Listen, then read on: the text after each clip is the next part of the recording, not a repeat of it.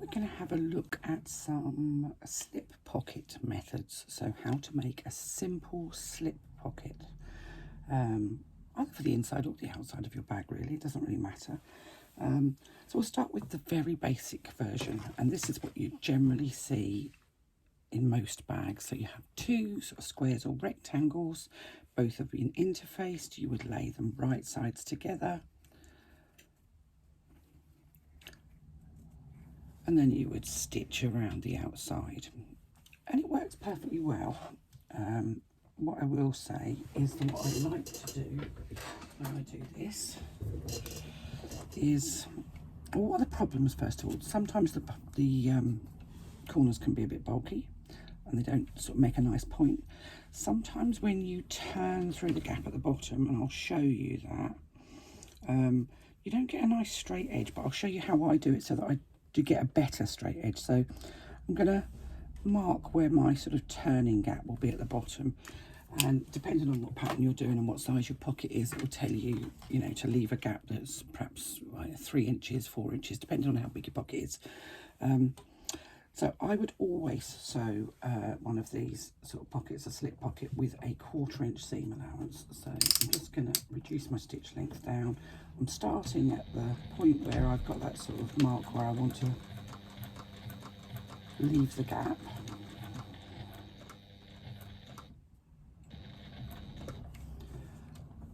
And I'm using a brightly coloured thread, so hopefully you can see I'm literally using scraps of fabric though, and some of my interfacing will have been franken-fused, so you'll have to forgive me for the fact that there are bits of interfacing that are looking slightly the worse for wear. I don't mind franken-fusing on pockets actually, certainly on pocket linings, because they're going to be kind of on the inside, so nobody's going to see them. Do be careful if you get too many layers one over the top of the other though, because you'll end up with a bit of fabric that's as stiff as a board and very thick to sew. So when you're kind of doing your crazy paving with your interfacing, try and not have it overlapping too much in too many places. Better to have stepping stones with small gaps.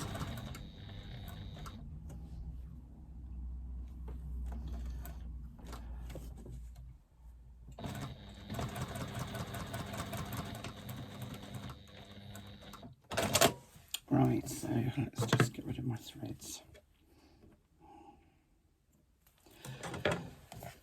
So you can see I've stitched all the way around the outside, leaving that turning gap open.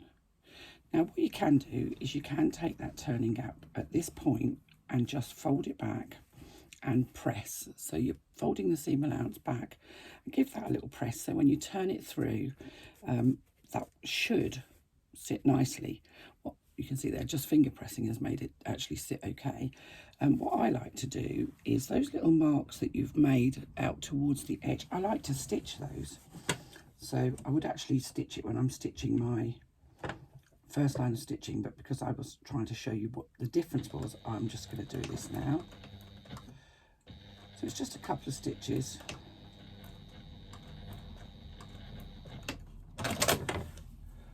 Let's get rid of the... I wonder if I can do this so that... No, I can't. I was going to say, I wonder if I can do it so that I've got one side stitched and one side not stitched to show you the difference, but I don't think that's going to work. So I'm not going to do it. I'm not even going to attempt it.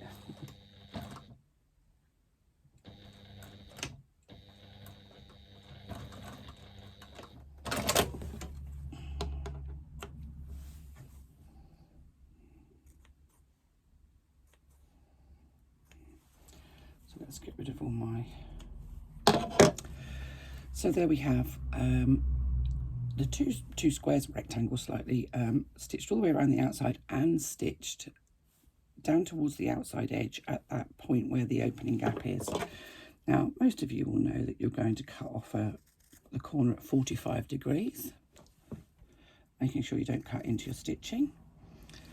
And you're going to do that with all 4 corners. This is common practice in both bag making and dressmaking. I like to then take off a little bit more. So once I've taken off that corner at 45 degrees, I'll then take a bit of extra Still being very aware that I've got stitching and I don't want the stitching to break. So I'm not actually cutting into my stitching. I'm just reducing the bulk in the corners of my pocket.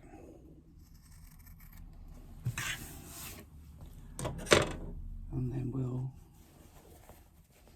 turn the pocket through. Now I do see some designers saying you don't need to interface the inside and the outside of your slip pocket. If that's the case, which bit do you choose to interface, the outside or the inside? I don't really know. I prefer my pockets to be well interfaced. It's a personal preference. If you choose not to, then that's fine.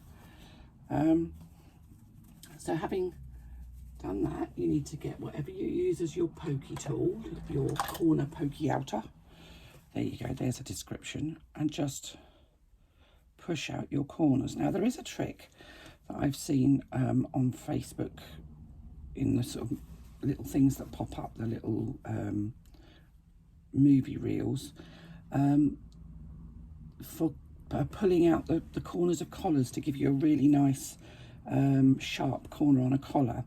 And you add a bit of thread as you're stitching around the collar. Now I've tried it because I thought, oh, that's a genius idea. However, when I tried it, what I discovered is that what you end up with is corners that don't sit nice and square, because I think it's just doesn't work on a perfect 90-degree angle, and that's what we're trying to achieve. So I've pushed out my corners, everything's looking hunky-dory, and what I'm going to do is I'm just going to wet my fingers and I'm just going to roll the seams between my fingers. I want the stitch line to be sitting right on the side. This would have actually been easier had I used a different fabric for the lining and for the exterior, because you could have then seen if any of the lining was showing on the outside. So I'm literally just pressing that side. Again, rolling the side seam to make sure that the seam is right on the side, and pressing. And the same on the other side, and pressing. You don't want the lining showing on the front of your pocket. You don't want the stitch line showing on the front of your pocket. So that's the three sides, the top and the two sides completed. Now we have this bottom. Now, because I put those extra stitches in, what should happen, it doesn't always, but what should happen is that if I push those side bits in, they should sit more naturally, because they're kind of almost forced in by those extra few stitches. And you want to just make sure that all of the edges of your turning gap are sitting nicely together. And that sometimes takes a little bit of manipulation. And it's really easy to find that you end up with a slightly curved bottom on your slip pocket. Now, it bothers me greatly to have a curved bottom on your slip pocket. I want a nice square or rectangle slip pocket. So there we are, we have our pocket done, and you can see that that's a lovely sharp edge, and our stitching is right on the side, exactly the same. We still have the opening there that we used to turn our pocket, and exactly the same on that side. Now on the top edge, and the top edge, well, it actually doesn't really matter which is the top edge, but the one with the gap, the turning gap, isn't the top edge. You don't want that to be your top edge. So whichever of the sides is the top edge of your pocket, a line of top stitching just makes it look smart. So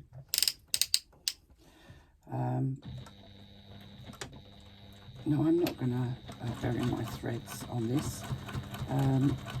It depends what I'm doing. Sometimes I would and sometimes I wouldn't.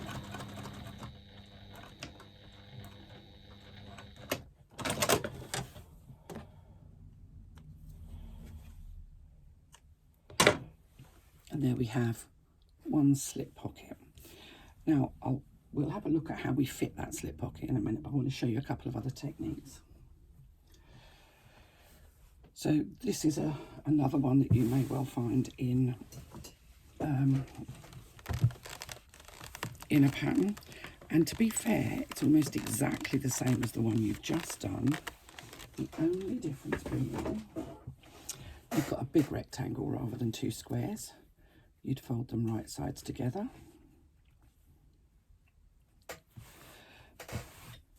And you would stitch down this side and along the bottom, leaving a turning gap at the bottom, and down this side and along the bottom, leaving a turning gap in the bottom. You would cut away the corners at 45 degrees in exactly the same way as you did before. Obviously, you won't need to cut away anything at the top because you won't have a seam allowance there. Now, the only difference, this sort of construction where you've got where you've got one piece as opposed to 2 pieces makes is, if you've got a directional fabric, it means the fabric on the inside of your pocket will be upside down. So you do have to think about how you cut it and how you make this work. The thing I like about it is that the top of the pocket sits nice and slim. It's not too bulky, because here you've got effectively 4 layers of fabric plus your interfacing. So effectively 8 layers of fabric, which can be quite thick. Here you've got 4 because you don't have any of the seam allowance. So that's constructed in exactly the same way, really. It's just 1 piece of fabric as opposed to 2 pieces of fabric. So that's a second version that you're likely to find. Now this, I wish I could take the glory for this. This isn't my idea, this isn't my invention. I like to call this an Ellen pocket because this is something that was shown to me by a lovely bag making friend from Australia called Ellen, who showed me, must have been 8 or 9 years ago, and I was like, revelation, how fabulous. So the idea is that you have a large rectangle of fabric, and on one of the long sides you're going to make a small hem. Now this is a 1/4 inch hem, and I did that by marking a line 1/2 inch. Let me just show you. Let's grab, and I'll just show you on the other side because I can. So I marked a line 1/2 inch in from the outside edge.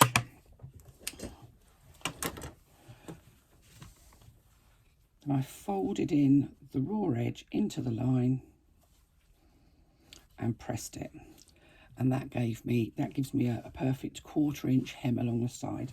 And I'm just going to get rid of that line, so I'm just going to use my iron to get rid of it.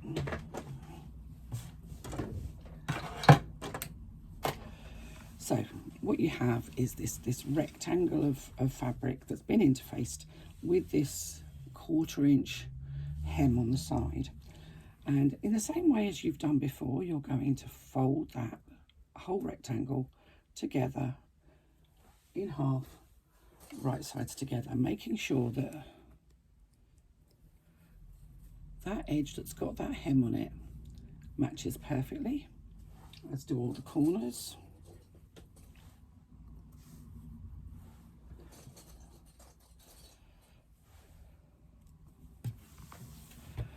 So there we go. I haven't put many clips in, but you can see that hemmed edge is sitting there on the side. And what I'm going to do is I'm going to stitch from the hem along the side here and then up the side to that folded edge. Or I'm going to start at the folded edge just because I can. Again, I'm going to use a 1/4 inch seam allowance because I don't like to use bigger seam allowances on, whoops, let's reduce my stitch length. On a slip pocket, it just makes too much bulk in the seams. And these seams aren't actually holding any weight per se. It's the stitching that holds your pocket on that will be holding the weight. So they don't need to be have a massive seam allowance, in my opinion.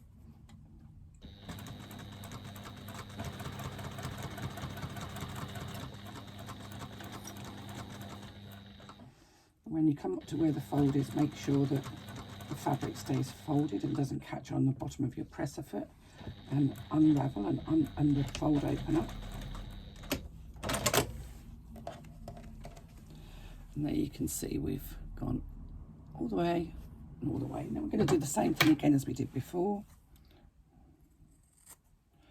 I'm going to take the corners off at 45 degrees, then take that little bit of extra. Just going to get rid of my threads there. And when you get that fold, you're just going to take the bulk away so that you're near the stitching but not cutting into it. Now this is so much easier to turn through. You can see it's got a great big turning gap, lovely jubbly.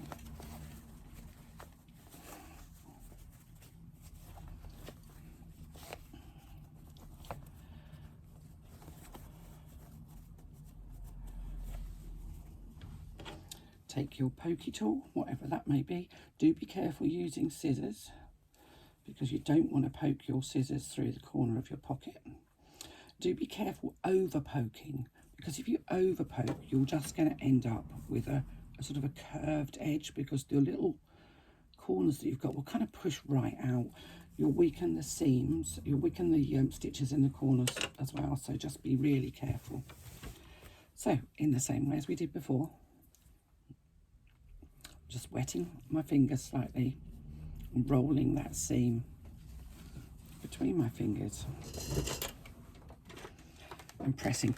I know this looks like an awful lot of faffing for a slip pocket that's inside of a bag, but many of you will have heard me say many times that I think the inside of the bag is as important as the outside.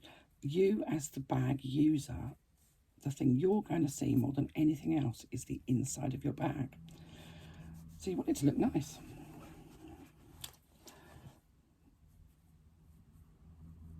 It's other people that see the outside, not you. So let's do that other seam at the other side where we've got that seam of stitching. Just rolling it so that the seam's on the outside. Giving it a good press. And then pressing the rest of the pocket.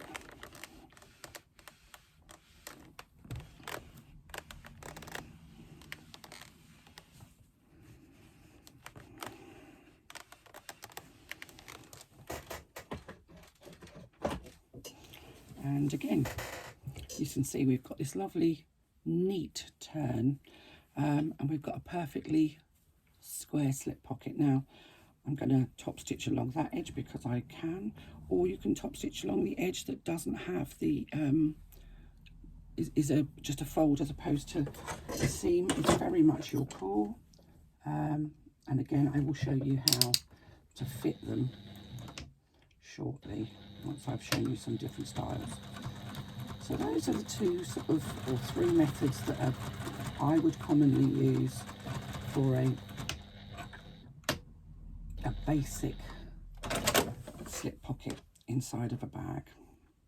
Obviously the size will be dictated by your pattern, and you don't have to stick to the size that it says, as long as you take into account that you might need a zipper pocket inside or something like that, and you have to take into account the size of the lining panels when you enlarge, or reducing a slip pocket is fine, but adding width or depth to it, sometimes it might end up going sort of down through the bottom of the bag, which doesn't really look great and actually doesn't make it terribly usable. So that's slip pocket number 2 with the folded edge, and we'll call that the Ellen pocket because that's where I learnt it. So 2 slip pockets so far. Now, oftentimes you might want to create a slip pocket that is that goes right the way across your bag panel, and you can do that in exactly the same way as these ones were done, just making that whole panel wider, so you've made a much wider panel, or you can cut 2 rectangles and join them together as we did with the first one. What I like to do, I'm just going to pop my iron on there because I appear to have some crumples, but then I did interface and cut this very, very quickly. What I like to do when I'm doing a pocket that goes right the way across a panel is to create a large hoop. So I'm going to fold my panel right sides together, and I'm going to hem across the raw edges, joining them together.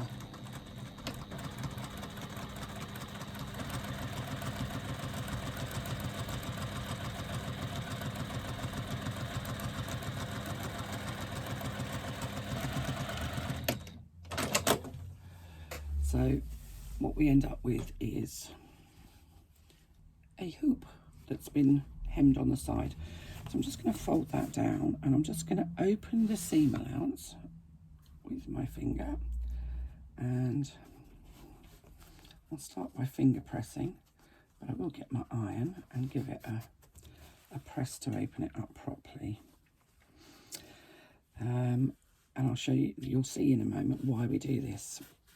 Because the one thing that a lot of people find with slip pockets is they can get a bit bulky, because you've got all those layers of fabric and interfacing, and it's all folded over, and you've got the seam allowances and what have you. They can get quite bulky. So you can see there I've opened that seam allowance. Now I'm going to turn my entire pocket right sides out.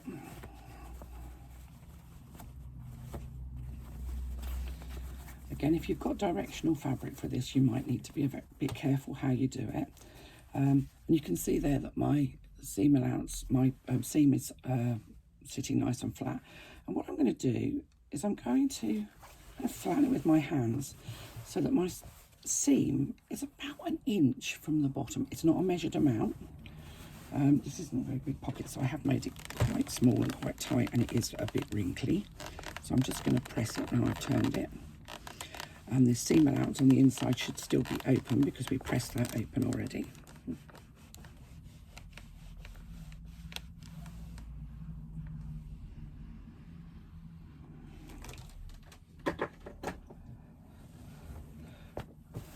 Let's turn it over.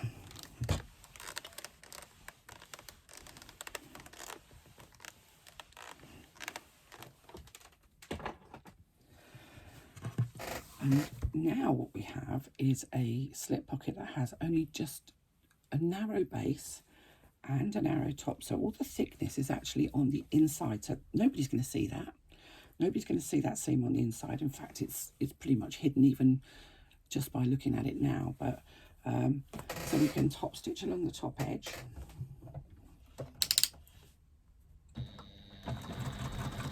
And for this sort of slip pocket, you wouldn't even need to back stitch at the beginning and the end.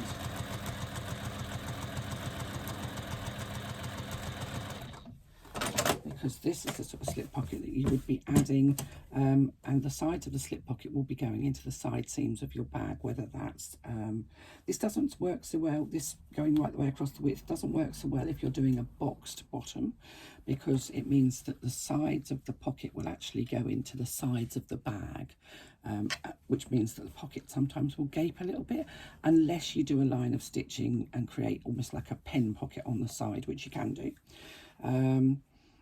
Because the lining panel will come round the sides of the bag for a box bottom. But if you've got a bag that's got a gusset to it, you can use this across the front or back lining panel, and you literally just have to stitch along the bottom to secure it. And then if it's a wide one like this, you would probably want to divide this pocket into sections, whether that's 2 sections, 3 sections, 1 section. If you wanted 1 section, do be aware that they do sometimes gape when they're this wide, so you might want to put a little cam snap or something like that just to hold it in place. But that's basically another way, a rolled way of doing a slip pocket where you get rid of a lot of the bulk from any of the seams. So how do we stitch these on? Now I'm going to literally stitch, oh my god, that's probably too big, but I'm going to do it. So let's imagine that this is part of my, you have to imagine a bit more on the top and a bit more on the bottom. This is my panel that I'm attaching to, so I'd obviously have this, it would be the same width, and all I would need to do is measure and put it at sort of the location that the pattern tells me.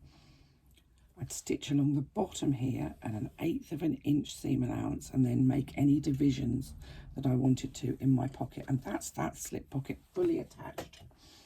Now for this one, which is is this the one with the, oh, this is the one with the opening at the bottom, and both that one and the Ellen pocket will be attached in exactly the same way.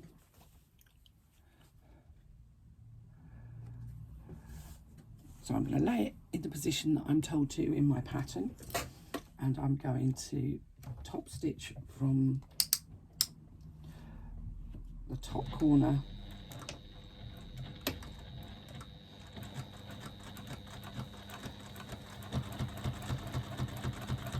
Down the side.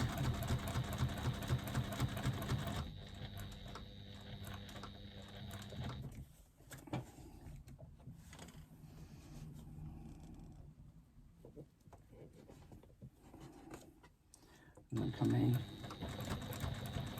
along the bottom.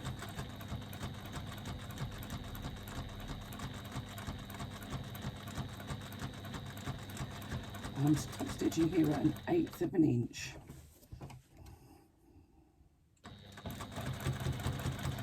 From the edge of my pocket.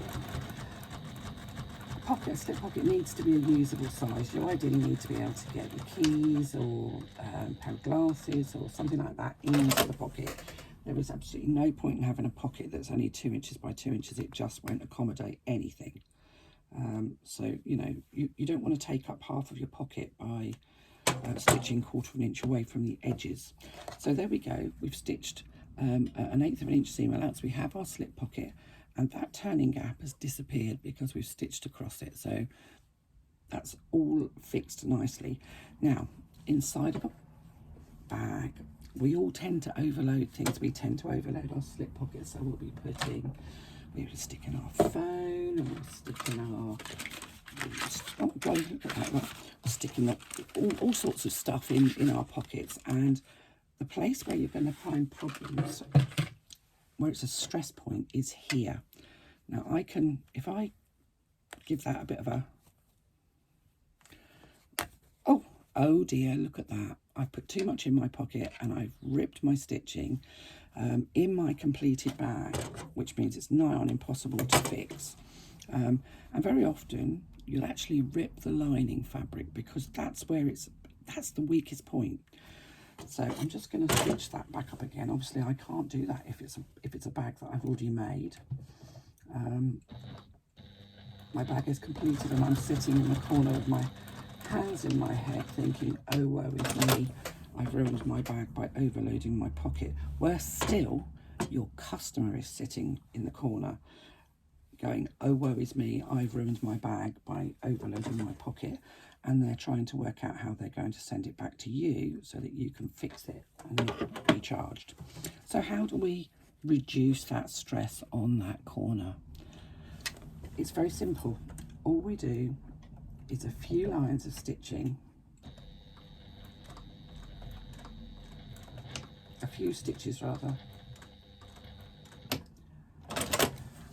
that go across.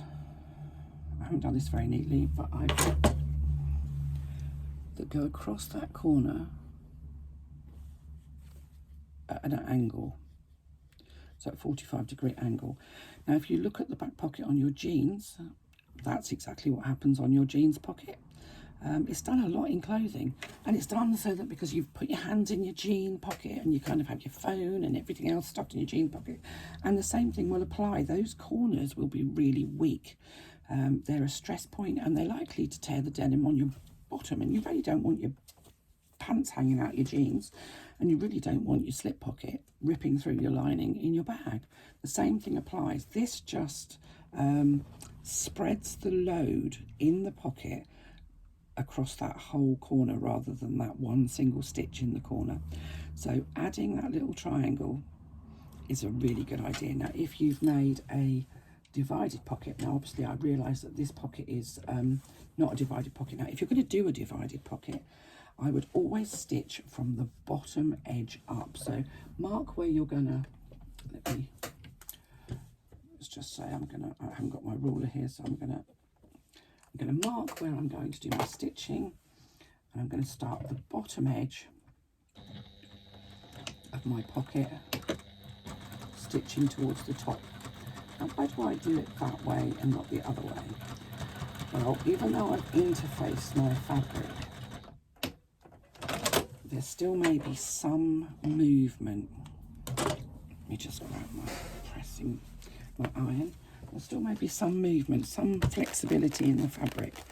If you stitch from the top down to the bottom, sometimes what you'll end up with is a a lump, almost a pucker at the bottom. Whereas if you stitch from the bottom upwards, any kind of stretch, and it will only be a millimetre or so, but a millimetre or so will make a difference at the bottom of the pocket, will disappear at the top, and you won't actually notice it on the finished bag. Now, obviously this isn't really a pocket that's big enough to be divided, but you can still do those little triangles on a divided pocket, because these points in the middle here are equally at risk of pulling away as the ones on the corners.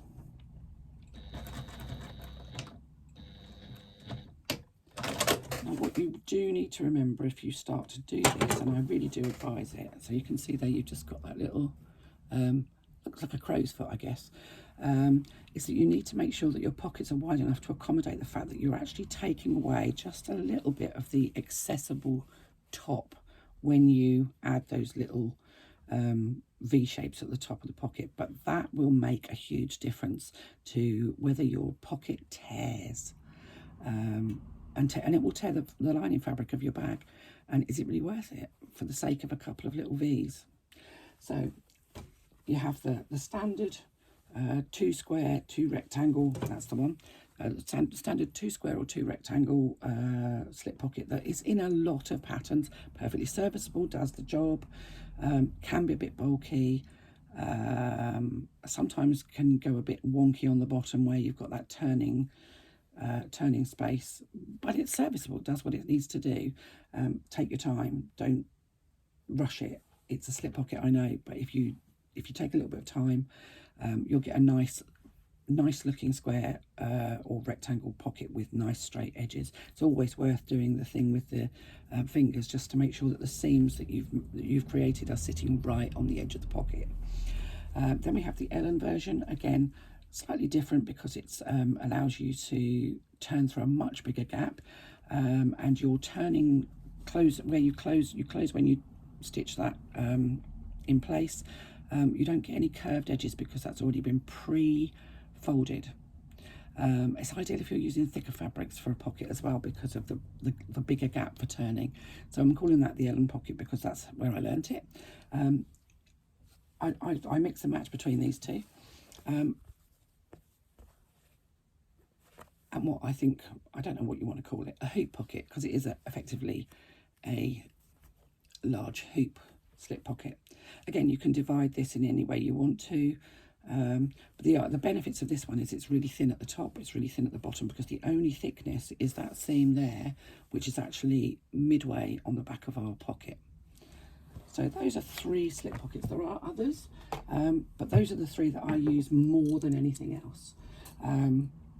When it comes to interfacing, I usually interface with a woven fusible interfacing on both the outside and the inside. I don't like using a non-woven on pockets. I interface both sides because I like to. I always top stitch at 1/8 of an inch because I don't want to reduce the size of the pocket any further than I need to. If I know a pocket's going to take an awful lot of brutal wear, then I will do a second line of top stitching on the inside of that first line of top stitching, but I'd make my pocket bigger because as soon as you add extra top stitching, all you're going to do is reduce the size of the pocket. And I guess that would be, perhaps if you had a pocket on the outside of a bag that you knew was going to get a lot of wear, you would actually add a second line of top stitching. It depends what the pocket's for. If it's a slip pocket inside of a handbag that's just designed to put a phone in or something like that, then perhaps I wouldn't. But if it was on the outside where I'd expect people to be putting books and all sorts in, then I might do. So that's slip pockets.